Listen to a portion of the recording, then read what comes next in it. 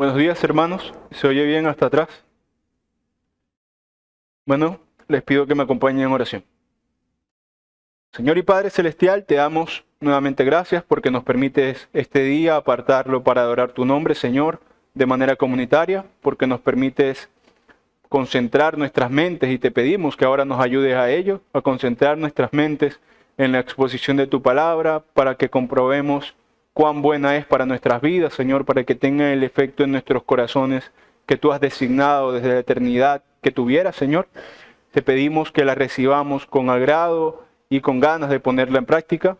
Te damos gracias, Señor, porque nos permites la honra de adorarte con himnos, con la lectura de tu palabra, con oraciones.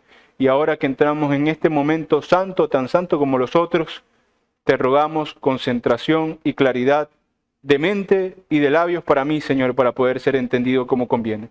En el nombre de Cristo Jesús oramos. Amén. Bueno, hermanos, hoy continuamos en la serie de sermones en el libro de los Hechos. Les recuerdo que en el último sermón le dimos cierre a los acontecimientos que tuvieron lugar a partir de la sanación del cojo que estaba a la puerta del templo. Vimos cómo Dios obró en medio de las dificultades para capacitar a los apóstoles, a Pedro y a Juan particularmente, de modo que el mensaje que dieron tuviera el efecto deseado y planificado por Dios.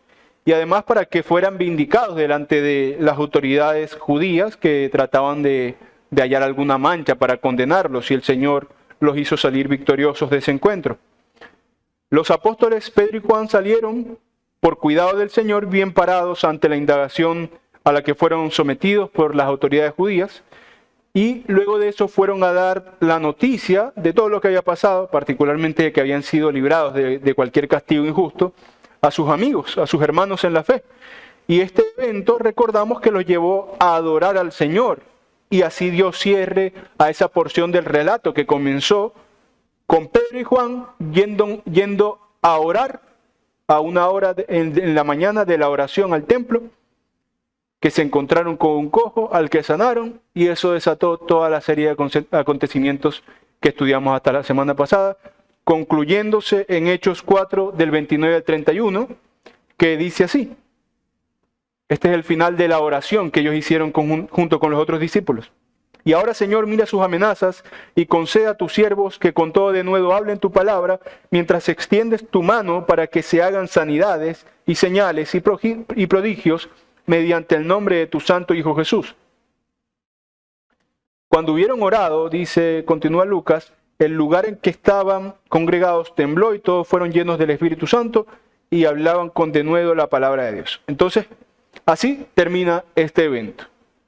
Y no hay mejor manera de concluir este segmento narrativo que comenzó con la sanación a la puerta del templo de un cojo, pasó por las amenazas de cárcel y hasta posible muerte de los judíos y terminó en victoria. Y concluye el relato Lucas con la oración, agradeciendo, no solo agradeciendo por la victoria, sino pidiendo que el Señor los siga acompañando mediante valentía y poder y señales y se manifieste públicamente al pueblo. De forma que, terminando este pasaje, terminando el 31, Lucas nos introduce a una nueva unidad narrativa en este libro.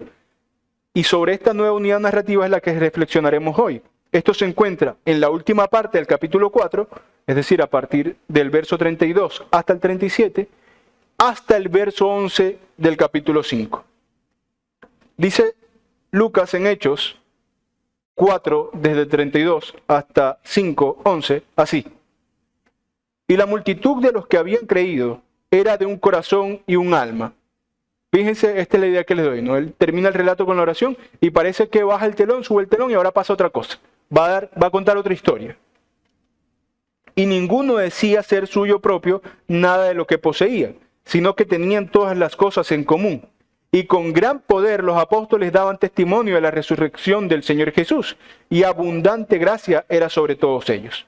Así que no había entre ellos ningún necesitado, porque todos los que poseían heredades o casas, las vendían y traían el precio de lo vendido y lo ponían a los pies de los apóstoles, y se repartía cada uno según su necesidad.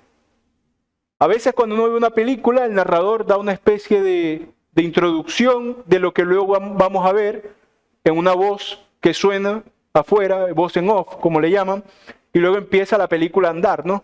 Bueno, esto es lo que está haciendo Lucas. Lucas da una introducción de la vida de la iglesia. Mira, la iglesia vivía, esta gente vivía toda junta, nadie decía ser suyo propio, sino que repartían para el que necesitara, vendían lo suyo y lo daban para el ministerio, se lo entregaban a los apóstoles, etc. Entonces aquí empieza un relato que se da en torno a esa realidad de la vivencia de la comunidad cristiana, o sea, la realidad de que lo compartían todo. Nos va a involucrar en un relato en donde esa realidad tiene que ver y esa realidad conduce a un pecado y ese pecado conduce a un juicio. Comienza en el 36 diciendo: entonces José, a quien los apóstoles pusieron por sobrenombre Bernabé, que traducido es hijo de consolación, levita natural de Chipre, como tenía una heredad, la vendió y trajo el precio y lo puso a los pies de los apóstoles. Comienza el capítulo 5. Pero cierto hombre llamado Ananías, con Zafira, su mujer, vendió una heredad y sustrajo del precio. Vendió la heredad, tomó parte del precio del dinero que recibió por la venta, sabiéndolo también su mujer, resalta Lucas, Ananías hizo esto, pero su mujer estaba al tanto, y trayendo solo una parte, la puso a los pies de los apóstoles. Y dijo Pedro: Ananías, ¿por qué llenó Satanás tu corazón para que mintieses al Espíritu Santo y sustrajeses del precio de la heredad? Reteniéndola, ¿no se te quedaba a ti? ¿Y vendida no estaba en tu poder? ¿Por qué pusiste esto en tu corazón? No has mentido a los hombres, sino a Dios. Al oír Ananías estas palabras, cayó y expiró, murió. Y vino un gran temor sobre todos los que lo oyeron, y levantándose los jóvenes lo envolvieron y sacándolo lo sepultaron. Pasado un lapso como de 3 horas, sucedió que entró su mujer, Zafira, no sabiendo lo que había acontecido. Entonces Pedro le dijo: dime, ¿vendisteis en tanto la heredad? Y ella dice: sí, en tanto. Y Pedro le dijo, ya que ella le mintió: ¿por qué convinisteis en tentar al Espíritu del Señor? He aquí a la puerta los pies de los que han sepultado a tu marido, y te sacarán a ti. Al instante ella cayó a los pies de él y expiró. Y cuando entraron los jóvenes la hallaron muerta, y la sacaron y la sepultaron junto a su marido, y vino gran temor sobre toda la iglesia y sobre todos los que oyeron estas cosas. Como dije, Lucas nos introduce en un nuevo relato totalmente desconectado de lo que acababa de suceder, que vemos a través de algunos eventos que surgen en el interior de la vida comunitaria de lo que conocemos como la iglesia primitiva. Y esto es importante, por esto lo resalto, porque algunas veces solemos pensar que estos personajes de la Biblia y las circunstancias en las que vivían, pensamos de ellos románticamente, como si fueran perfectos, como si no hubieran atravesado por problemas, como si la obra del Espíritu Santo sobre ellos hubiera sido superior a la que la obra del Espíritu Santo opera en nosotros hoy. Pero realmente no era así. Aquí tenemos un buen ejemplo. Eso que nosotros llamamos iglesia primitiva no era una comunidad de fantasía que no tenía problemas, sino que lejos de vivir armoniosamente en amor y fe como desearíamos que fuera, realmente de modo semejante a nosotros, sufría, como toda iglesia, o mejor dicho, como toda comunidad humana, de vicios, de dificultades, de cuestiones que son propias de la experiencia humana, del egoísmo, de la envidia, en este caso de la avaricia, de la mentira. Y claro que esto no es razón, por supuesto, de menosprecio con aquella iglesia. Más bien, yo no trato de ponerlos en alguna situación de inferioridad con respecto a la iglesia de hoy, porque tenemos más información que ellos. Todo lo contrario, estamos en una situación de igualdad, porque lo que sucede aquí es algo relacionado al alma, a la moral, al corazón. No tiene que ver con más o menor conocimiento que ellos tuvieran. Ellos sabían, como nosotros sabemos, que eso estaba mal, pero lo hicieron. Como nosotros hacemos cosas que sabemos que están mal también. Es interesante cómo Lucas, que es el que escribe esto, cambia el libro el ritmo que tenía el libro de forma repentina, porque por un lado nos acaba de contar una historia épica, una historia que nos llena de valentía, de emoción. Estos hombres habían superado dificultades, terminaron orando, tembló, o sea, una cosa maravillosa, tembló, se sintieron llenos del Espíritu Santo, empezaron a predicar con denuedo, pero Lucas nos lleva a la realidad de que las cosas no son así siempre, de que la iglesia no anda siempre como debería andar, aunque tiene momentos de avivamiento. Nos lleva a la realidad de que la vida humana está llena de pecado, cambia el ritmo. Nos cuenta ahora estos problemas que estaban teniendo dentro de la comunidad, de los cuales incluso terminó en muerte de 2 personas. Muerte y por supuesto temor en los demás. Por lo que hoy tenemos como objetivo reflexionar en torno a esto, a uno de los errores del pueblo del Señor, que le costó la vida a estas 2 personas y que sirven de testimonio y advertencia. Tomando ocasión del lamentable desenlace de la vida de Ananías y de Zafira, pensaremos sobre el servicio cristiano, porque esto tiene que ver con lo que ellos creían que hacían para Dios. Y como reflexionaremos acerca del servicio cristiano y la seriedad del servicio cristiano, o sea, la seriedad con la que nosotros deberíamos tomarnos el servicio cristiano, el discurso de hoy lleva por título El corazón y el servicio a Dios. ¿Cuál debe ser?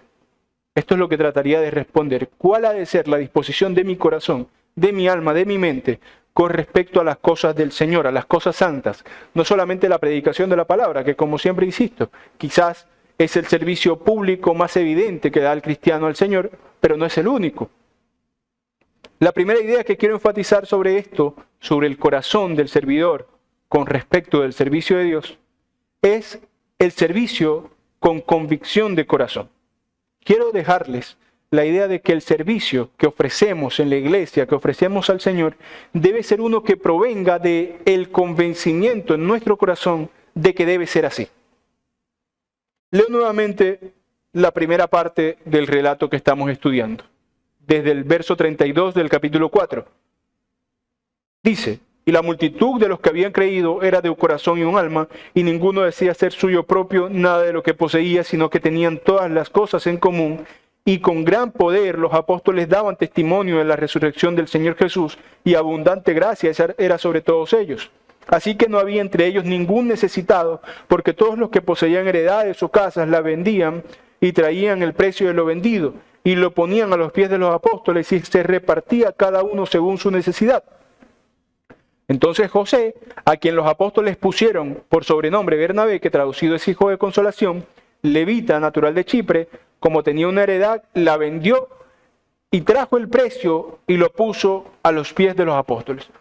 Hubo un hombre que hizo esto, a este no se le critica nada, a diferencia de Ananías y Zafira, parece que simplemente actuó de buena fe, hizo una buena obra, y nos da el contraste Lucas.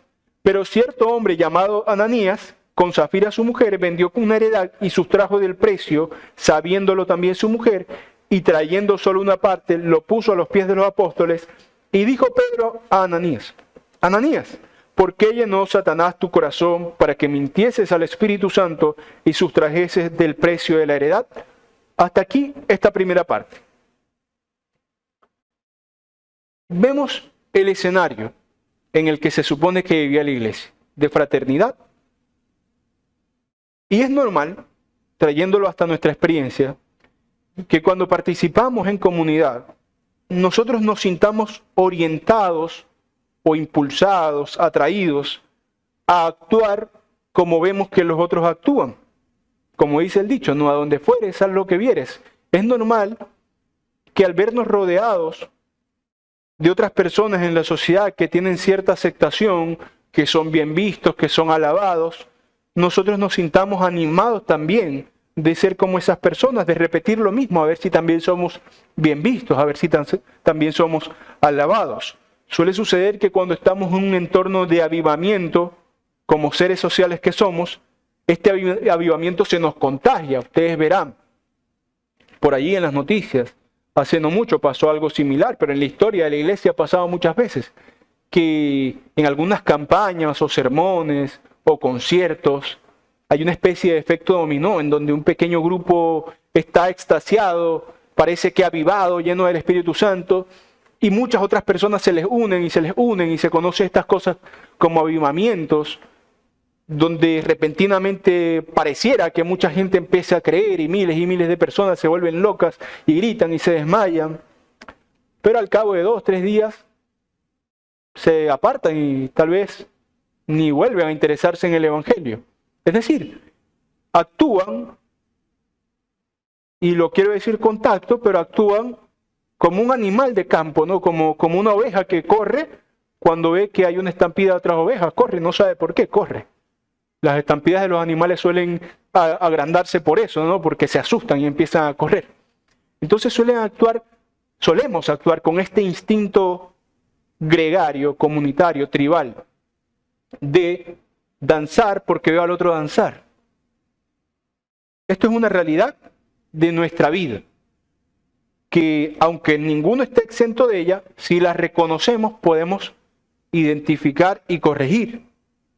Queremos siempre sentir y gozar como vemos a los otros gozar y sentir. Ahora, en este entorno de la iglesia primitiva que nos presenta Lucas, donde todo el mundo repartía y nadie tenía necesidades y todo esto, había un claro avivamiento masivo. O sea, realmente estaba sucediendo aquí un avivamiento que incluso está por la Escritura validado, porque parece que estas personas realmente habían creído. La gente se unió en torno a una comunidad fraternal que sabemos que no tuvo éxito, por la historia sabemos que no tuvo éxito. Esto no fue sostenible en el tiempo, porque, bueno, hay razones económicas y políticas por las que una cosa así no puede ser sostenida en el tiempo, pero lo hicieron de buena fe, estaban juntos allí.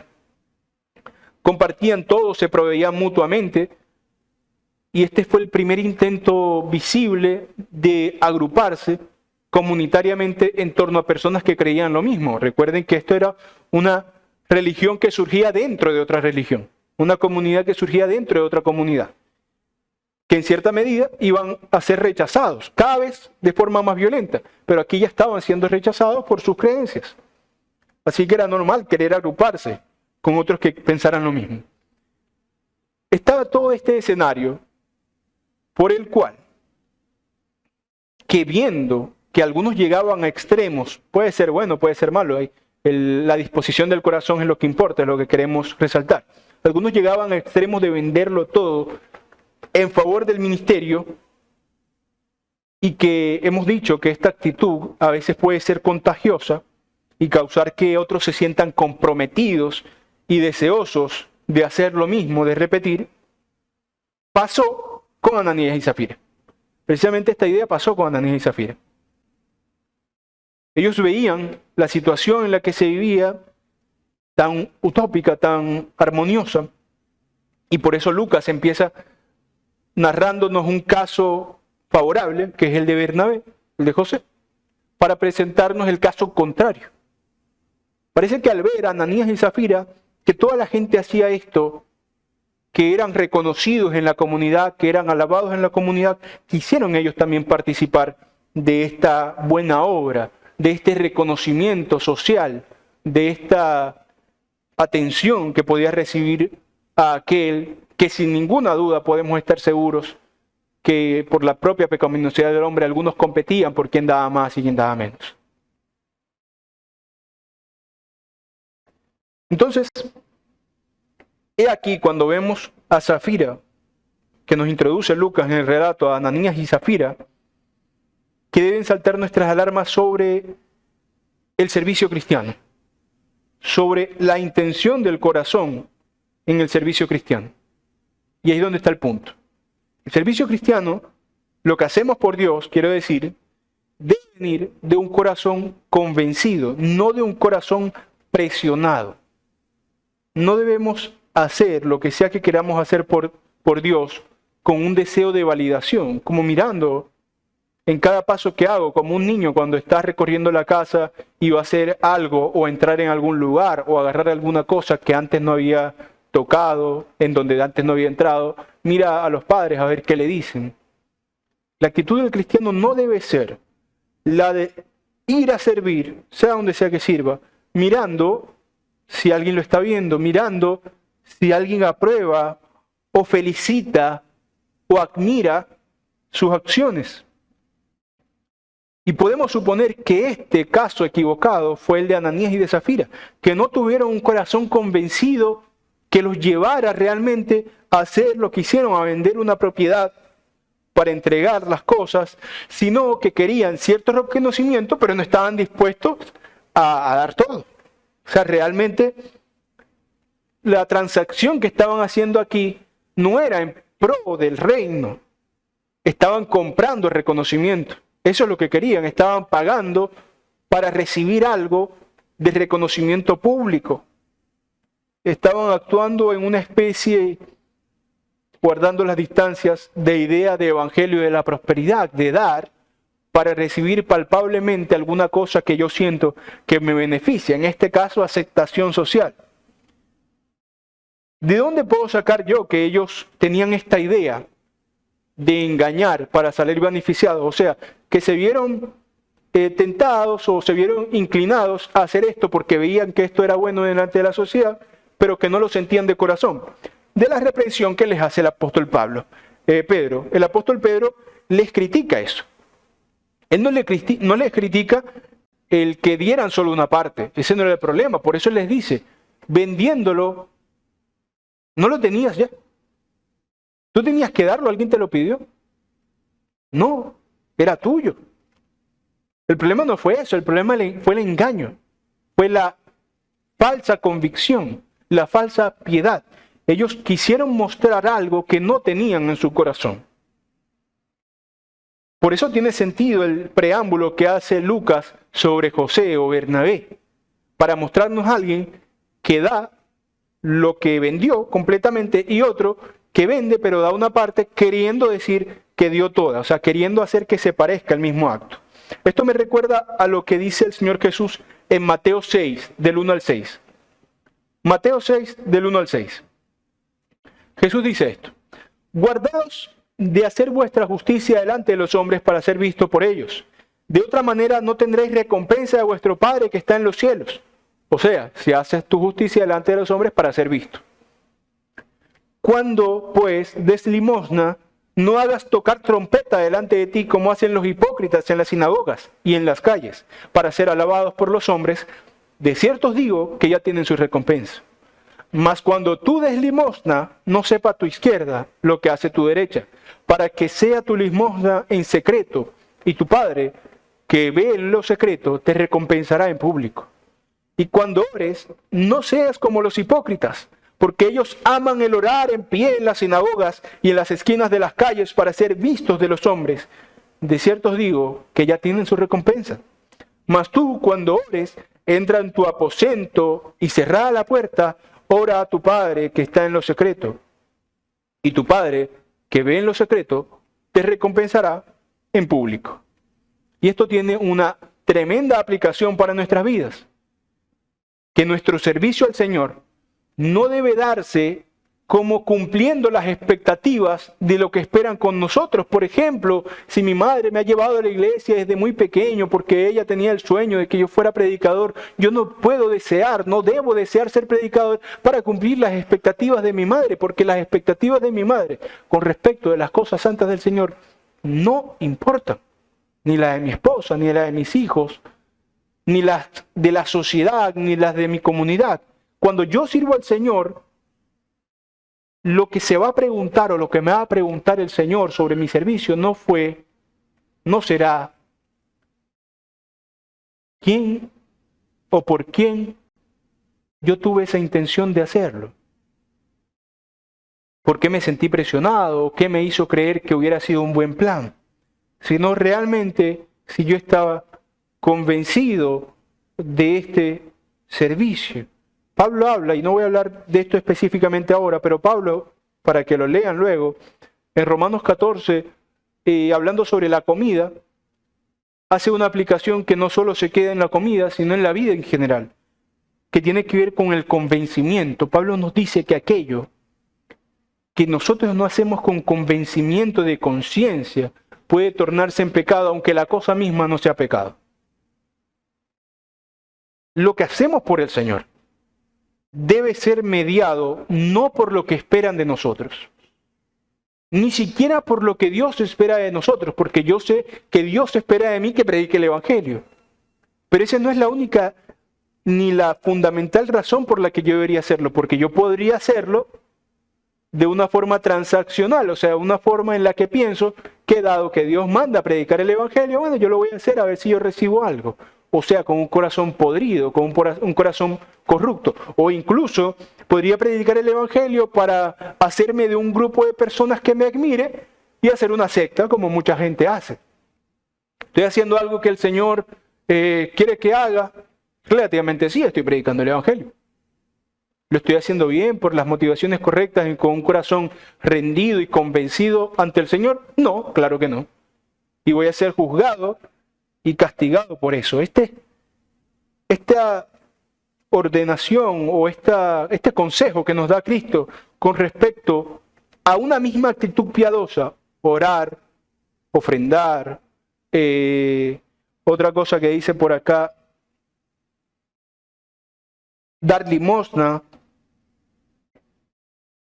Todas estas cosas sobre estas actitudes que son buenas, que son deseables, que deberíamos aspirar a hacer, Él nos manifiesta un consejo que debemos seguir porque el consejo apunta a la disposición del corazón. La cosa en sí misma es buena, pero el agente que la hace, o sea, la persona que la hace, debe hacerla por la motivación correcta. El que recibe la limosna seguirá recibiendo el bien de la limosna que ocasione en su vida. El que recibe la predicación del Evangelio, si el Señor ha dispuesto transformar su vida, seguirá siendo transformado a pesar de que el predicador tenga un corazón podrido. Eso seguramente va a pasar. Los bienes relativos que yo puedo hacer no tienen por qué verse afectados con mi corazón.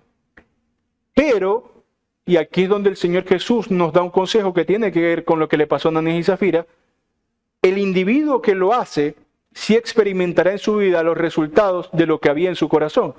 En este caso, el Señor dice, ya ha recibido su recompensa. Pero el que lo hace para Dios, con un corazón convencido de que es para Dios y solo para Él, recibirá su recompensa no de los hombres, sino de Dios. Hermanos, Ananías y Zafira recibieron su recompensa de Dios. La recompensa adecuada a las cosas que hicieron. Las cosas que hicieron fueron mentir, engañar, usurpar una gloria que no merecían porque no estaban haciendo lo que públicamente querían que la gente pensara que hicieron. Hay otro consejo muy útil sobre esto en Hebreos 13:7, en donde dice, acordaos de vuestros pastores que os hablaron la palabra de Dios, considerad cuál haya sido el resultado de su conducta e imitad su fe. Si pensamos, como Ananías y Zafira, que simplemente emular las acciones de los hombres piadosos es suficiente para ser piadosos, nos equivocamos. Más bien, atendamos al consejo de Hebreos. Lo que importa, o lo que hubiera sido bueno para Ananías y Zafira, no era imitar a Bernabé en dar todo lo que tenía, sino imitar a Bernabé en la fe que lo hizo dar todo eso que tenía, aunque el resultado no fuera el mismo. Imitar a Bernabé, por ejemplo, en la fe de haber vendido su heredad y no dar todo, si no querían dar todo, pero dar lo que fueran a dar con sinceridad, con amor, con devoción al Señor. Por eso es que el consejo de Hebreos me parece útil. Dice, considera cuál es el resultado de la conducta de estos hombres que tú ves piadosos, tus pastores, líderes, quien sea. E imita su conducta. No, imita su fe. Porque lo importante es de dónde emerge la cosa que vemos de afuera. Lo importante no es la limosna. Para mí, para el que la recibe, sí, claro. Pero para mí lo importante no es la limosna, sino de dónde emerge la limosna. Ante Dios, eso es lo que realmente importa. ¿Emergen de un corazón que quiere ser alabado y reconocido por quienes me ven y por quien recibe? ¿O emerge de un corazón que simplemente quiere ser misericordioso, como su Padre es misericordioso? No estamos para querer parecernos a nuestros hermanos que nos aventajan o que admiramos en su forma de hablar o de predicar o en las obras de misericordia que puedan hacer. Todas esas cosas son piadosas, pero lo que sí debemos imitar no son sus obras externas, las de nuestros hermanos en la fe que admiramos, sino su muestra interna, su fe genuina. Y esto cristalizará en nuestras vidas de forma diferente. Quizás seamos también como aquel que admiramos, un gran predicador o un gran orador, o alguien que ora profundamente, o alguien dadivoso. Quizás en nosotros esa fe tenga el resultado que tuvo en alguna persona que admiramos. Pero si no la tiene, tendrá el resultado que ciertamente siempre tiene la fe verdadera, el de la salvación de mi alma. Entonces este es el elemento más importante que pienso que está en el relato. Que no está mal querer servir al Señor, pero que tu servicio sea con convicción en el corazón de Él. ¿Por qué lo haces? ¿Para qué lo haces? ¿Por ti? ¿Por el reconocimiento? ¿O por Dios mismo? ¿Por la expansión misma del reino? Ahora abordemos el segundo punto que quiero mencionar, que fue algo que Ananías y Zafira pasaron por alto y parece una tontería. Que el corazón está desnudo ante el Señor. No los pasemos por alto, porque por un lado lo sabemos, porque Él es omnisciente, pero a veces en nuestra vida práctica vivimos como si burláramos a Dios. Vivimos como si ocultáramos cosas de Dios, como si Él no supiera realmente cada cosa, por muy oscura y escondida que esté en mi corazón. En Hechos 5, del 3 al 4, dice: y dijo Pedro, Ananías, ¿por qué llenó Satanás tu corazón para que mintieses al Espíritu Santo y sustrajeses del precio de la heredad, reteniéndola, lo que les decía, no se te quedaba a ti, y vendida no estaba en tu poder? O sea, si no la hubieras vendido, no era tuya la heredad. Ya después que la vendiste, la plata no era tuya también. ¿Por qué pusiste esto en tu corazón? Y aquí está la parte relevante que tiene que ver con la desnudez de nuestro corazón ante el Señor. No has mentido a los hombres, sino a Dios. El relato manifiesta que Pedro tuvo un conocimiento milagroso del engaño de Ananías. Él enseguida lo supo. Esto lo podemos atribuir a el estatus especial de Pedro como apóstol. El Espíritu Santo tuvo a bien revelarle a Pedro la artimaña que estaban haciendo Ananías y su esposa en ese momento. Entonces, en este caso particular, el mentiroso no se salió con la suya en términos humanos, porque Dios quiso demostrar su desaprobación en el relato, ¿no? Y quiso Dios también dejarnos este testimonio del juicio que hizo sobre ellos. Sin embargo, nosotros sabemos que en la vida real muchas personas sí se salen con la suya, que en la vida cotidiana, mejor dicho, porque esto también es real, disculpen. En la vida cotidiana hay personas que se salen con los objetivos que querían conseguir mediante el engaño, mediante la hipocresía.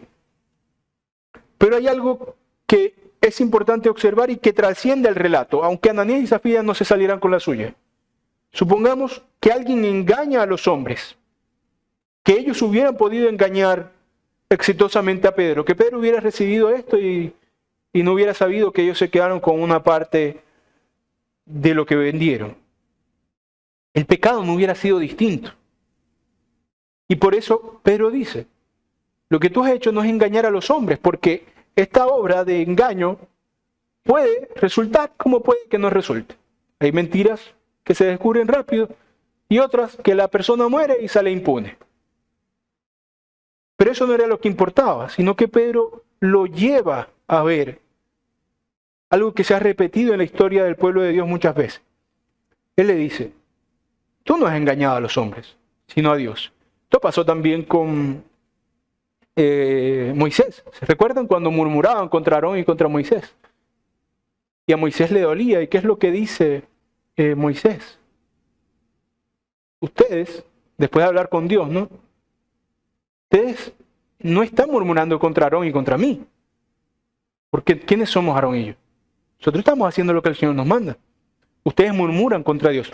El pecado más grande que se está encarnando aquí es la tremenda arrogancia de estos hombres que creían, después de haber visto que Dios sanó personas mediante a los apóstoles, o sea, después de haber visto que Dios estaba allí, que lo que estaba sucediendo era mano divina, la fatal arrogancia de haber creído que podían engañar a Dios.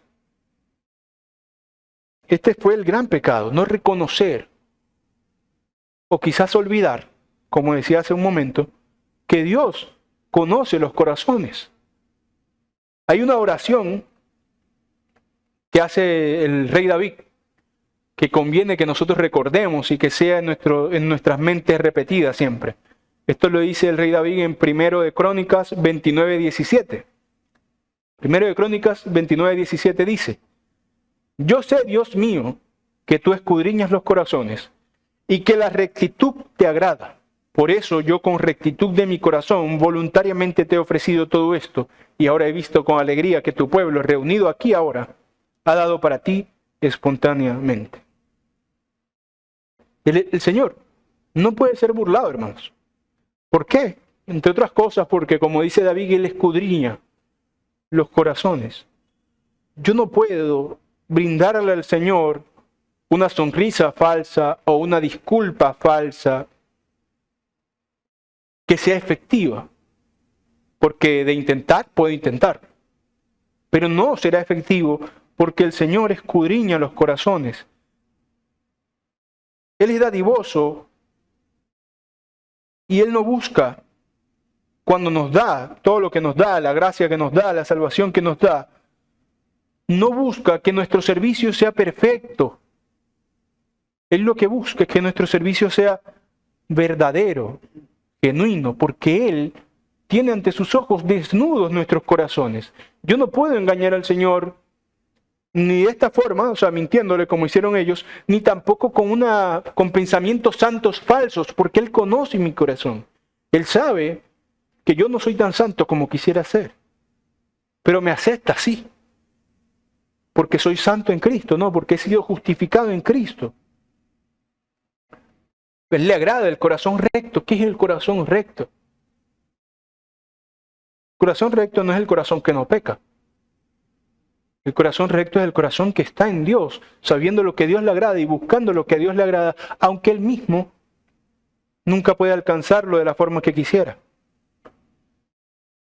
Recuerdo las palabras del Señor ante la samaritana: mas la hora viene y ahora es cuando los verdaderos adoradores adorarán al Padre en espíritu y en verdad, porque también el Padre tales adoradores busca que le adoren. La hora viene y ahora es, hermanos, en que Dios, sabiendo todo de nosotros, lo que busca en sus adoradores, en sus servidores, para el propósito del sermón, es que estos servidores le sirvan en espíritu y en verdad, no en una actitud perfecta, porque no podré darle nada perfecto. Pablo diría, por ejemplo, si yo creo que en algo son muy buenos, Pablo diría: ¿quién tiene algo que no le haya sido dado? Por ejemplo, cuando muchas veces recordamos esas palabras del profeta Isaías sobre que las obras de los hombres son como trapos de inmundicia, solemos darle una connotación muy negativa, pero la verdad es que Isaías no hace sino encarnar el hecho real de que si hacemos una comparación entre Dios y nosotros, la distancia es tan grande que no hay nada tan grande, tan bello, tan bueno que yo le ofrezca que ante Él sea igual de grande, de bueno y de bello como yo lo veo. Yo lo veo más grande, más bello y más bueno de lo que realmente es. Pero aún así, o sea, a pesar de que nuestras obras son imperfectas, el Señor las recibe como un padre recibe el dibujo de un niño, que suelen ser feos, suelen ser mal dibujados, mal pintados, pero el Padre los recibe por amor al niño, porque sabe y reconoce el corazón. A pesar de que no escudriñamos los corazones, reconocemos en nuestro Hijo el corazón que genuinamente entrega lo que está entregando. No quiere el Señor adoradores perfectos, sino adoradores o servidores, para el propósito de hoy, que le sirvan en espíritu y en verdad. Jesús, para una muestra de esto, después de la resurrección, nos muestra en su interacción con Pedro la importancia de este reconocimiento, o sea, de reconocer que estamos desnudos ante Dios. En Juan 21, 15 al 19, Juan 21, 15 al 19, se narra lo siguiente. Cuando hubieron comido, Jesús dijo a Simón Pedro, esto fue ya después de la resurrección: Simón, hijo de Jonás, ¿me amas más que estos? Le respondió: sí, Señor, tú sabes que te amo. Él le dijo, apacienta mis corderos. Volvió a decirle la segunda vez, Simón, hijo de Jonás, ¿me amas? Pedro le respondió, sí, Señor, tú sabes que te amo. Le dijo, pastorea mis ovejas. Le dijo la tercera vez, Simón, hijo de Jonás, ¿me amas? Pedro se estremeció de que le dijese la tercera vez, ¿me amas? Y le respondió, Señor, tú lo sabes todo. Tú sabes que te amo. Jesús le dijo, apacienta mis ovejas. De cierto te digo, cuando eras más joven, te ceñías e ibas a donde querías, mas cuando ya seas viejo, extenderás tus manos y te ceñirá otro y te llevará donde no quieras. Esto dijo dando a entender con qué muerte había de glorificar a Dios, y dicho esto, añadió, sígueme, dándole a entender que iba a morir también por manos de inicuos, como murió Cristo, ¿no? Que iba a ser asesinado. Pero bueno, lo importante del relato es que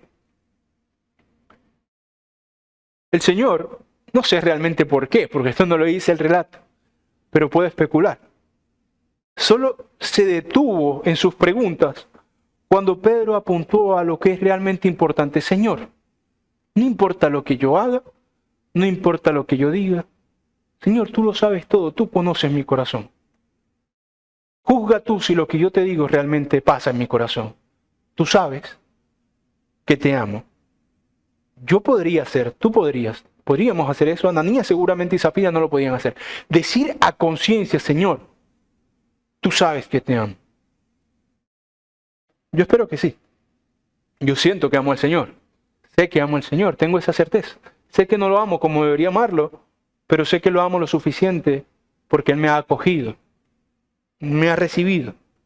Pero el punto es, hermanos, que la única forma o la mejor forma de empezar a servir al Señor, como dice Jesús, en espíritu y en verdad, o sea, desde adentro y con convicción, espíritu, de adentro, convicción, en verdad, es reconociendo que no podemos, como sí podemos hacer acá, presentarnos más lindos ante Dios con un mejor lenguaje, con una mejor retórica, con mejores técnicas de oratoria. Nada de eso le ocultará a Dios lo que yo soy en mi corazón. La única forma de servirle en espíritu, desde adentro y en verdad, con convicción, es primero reconociendo que Él lo ve todo, que no puedo engañarlo y que así quiero que me perfeccione. Lo último que quiero ver, ya para terminar de forma rápida, es que el corazón del siervo debe discernir la santidad de su Señor. Ya con esto terminamos el texto que estábamos leyendo. Hechos 5, del 5 al 11. Al oír Ananías estas palabras cayó y expiró, y vino un gran temor sobre todos los que lo oyeron. Y levantándose los jóvenes lo envolvieron y sacándolo lo sepultaron. Pasado un lapso como de 3 horas, sucedió que entró su mujer, no sabiendo lo que había acontecido. Entonces Pedro le dijo, dime, ¿vendisteis en tanto la heredad? Y ella dijo, sí, en tanto. Y Pedro le dijo, ¿por qué convenisteis en tentar al Espíritu Santo, el Espíritu del Señor? He aquí a la puerta los pies de los que han sepultado a tu marido y te sacarán a ti. Al instante cayó. Fue sepultada también. Y dice al final en el 11, y vino gran temor sobre toda la iglesia y sobre todos los que oyeron estas cosas. La santidad, hermanos, es un tema recurrente en la Biblia. Y si bien aquí no se refiere directamente al asunto de la santidad, los efectos de intentar burlar a Dios fueron tremendos.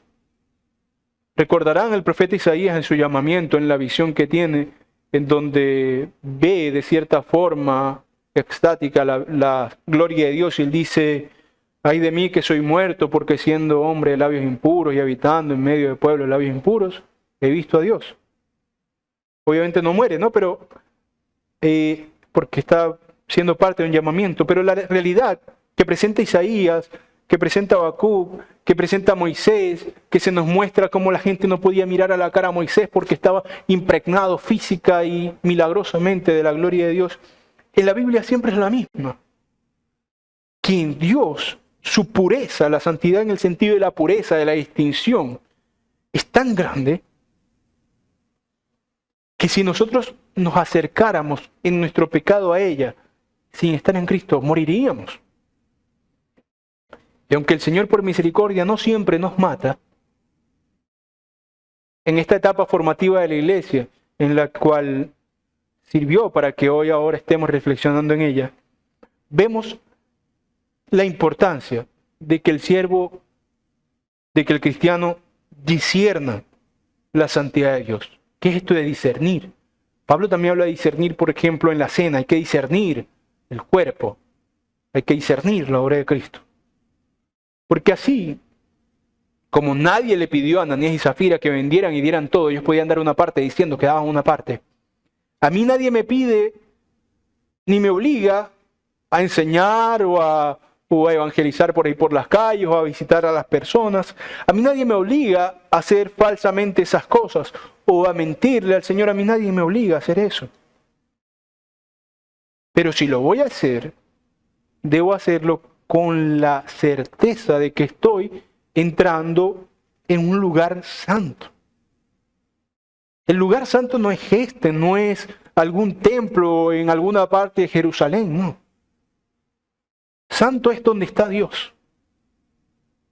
Donde Dios se mueve, eso es santo. ¿Recuerdan el episodio de la zarza ardiente que no se consumía? Donde Moisés habla con Dios y ¿qué le dice Dios antes de empezar una conversación de su ministerio? Le dice que quite que el calzado de sus pies, porque el lugar donde estás, lugar santo es. Es una forma, por supuesto, física de manifestar la seriedad con la que hay que tomarse las cosas de Dios. Porque tendrán efectos eternos en mi alma, hermanos. El que mucho se le da, mucho se le demanda. El Señor me cobrará mis mentiras ante Él. Quizás no caeré tendido, o quizás sí, como Ananías y Zafira.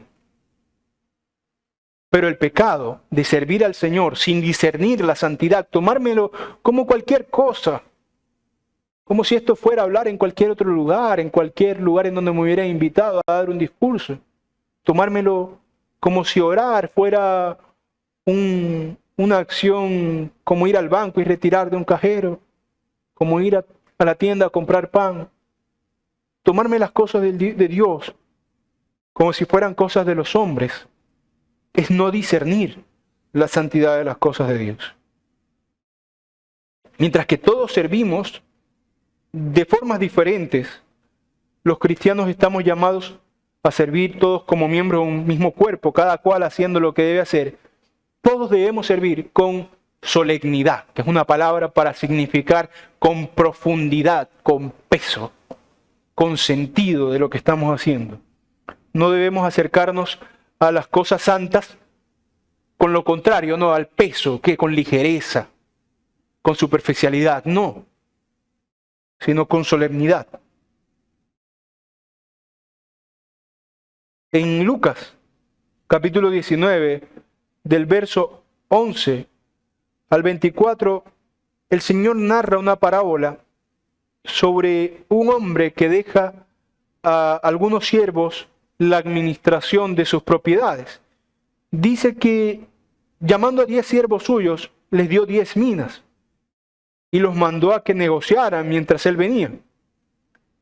Pero sus conciudadanos le aborrecían y enviaron tras él una embajada diciendo: no queremos que éste reine sobre nosotros. Cuenta en el 15 del capítulo 19 que aconteció que vuelto él, después de recibir el reino, mandó llamar a los siervos que él le había dado el dinero, que le había dado las minas, para saber qué resultados le daba a cada uno. Y el primero le dijo que su mina había ganado 10 minas. Le dijo: está bien, buen siervo, por cuanto en lo poco has sido fiel, tendrás autoridad sobre 10 ciudades. Vino otro diciendo: Señor, tu mina ha producido 5 minas. También dijo: tú también sé sobre 5 ciudades. Vino otro diciendo: Señor, aquí tu mina, la cual he tenido guardada en un pañuelo. O sea, no he hecho nada con ella, porque tuve miedo de ti, por cuanto eres hombre severo, que tomas lo que no pusiste y ciegas lo que no sembraste. Y él le dice: mal siervo, por tu propia boca te juzgo, sabiendo tú quién soy.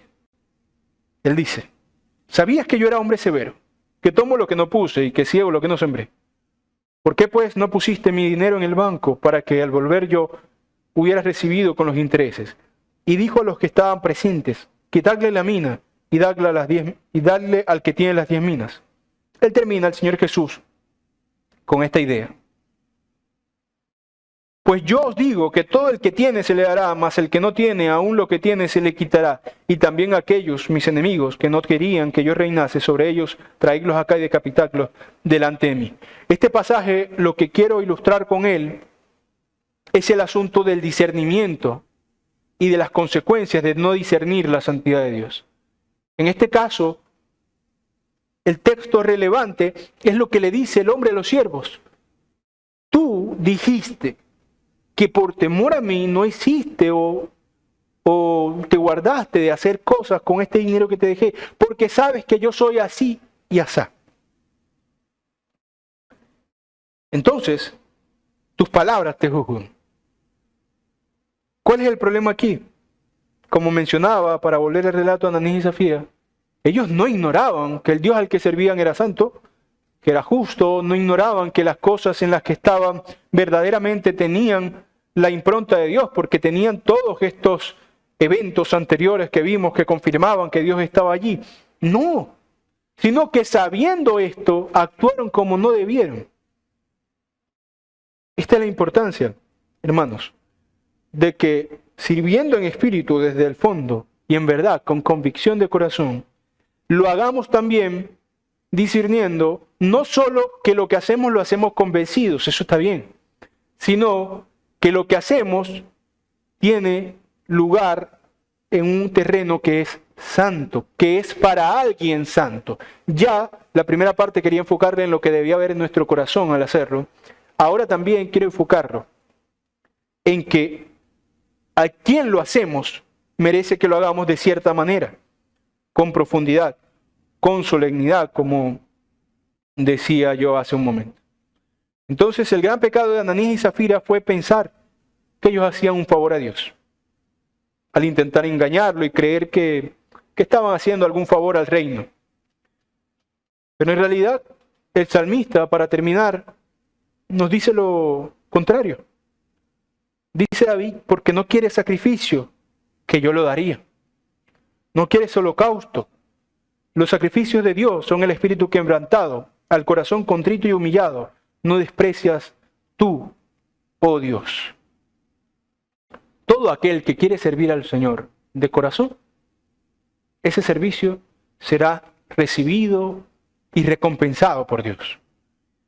Todo aquel que quiere acercarse a Dios de corazón, también será recibido, acogido y será hecho hijo de Dios. Entonces esto, lejos de desanimarnos al servicio, debe animarnos a que Dios, a entender que Dios recibe el servicio por muy imperfecto que sea, si éste viene del corazón.